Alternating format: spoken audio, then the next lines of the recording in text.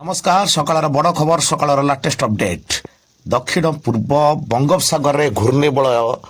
एथर जागर रे वर्षा गाजिब तो सारा ओडिशा रे जदिओ वर्षा हबार संभावना नहीं किंतु ओडिशार केतेक स्थान रे वर्षा सह घड़घड़ी हबार संभावना अच्छी कहीं लघुचाप सृष्टि होईछि दक्षिण पूर्व बंगोपसागर या प्रभाव रे अनेक स्थान रे वर्षा हबार संभावना अच्छी जेहेतु गोटे दिन पर महाशिवरात्रि शिवंकर महाजागर से वर्षा लोक मान नाई नथिबा असुविधार सम्मुखीन न करू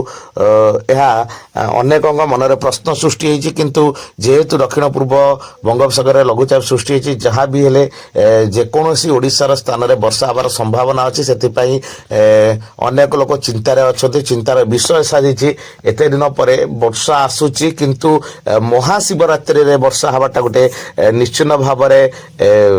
समस्त मैंने कौटी ना कौटी गोटे सन्देह सृष्टि करुचे जेहेतु महाशिवरात्रि रे भक्त माने मानसिक करती और शिव मंदिर को जाई अनेक मनर कामना को पूरण पाई मानसिक करी उपवास रुहंती एवं शिव दर्शन करते बहुत शैवपीठ ओडिशा रे भिड़ हुए जागर राति किंतु जेहेतु लघुचाप आसूची लघुचाप जनित वर्षा हबार संभावना अच्छी ए कौटी ना कौटी लोक भितर टिके असंतोष जारी रखी किंतु बड़ प्रश्न उठुची जदि जागर रे वर्षा हुए ताले शैवपीठ रे जो भिड़ होइथिबे भक्त से माने केमिति श्रृंखला सहित दर्शन करिवे एवं असुविधा न होबा सेथिपई गोटे सबु प्रशासन को सतर्क सूचना दि जाइए समस्ते एबेठारु ही सेमानकर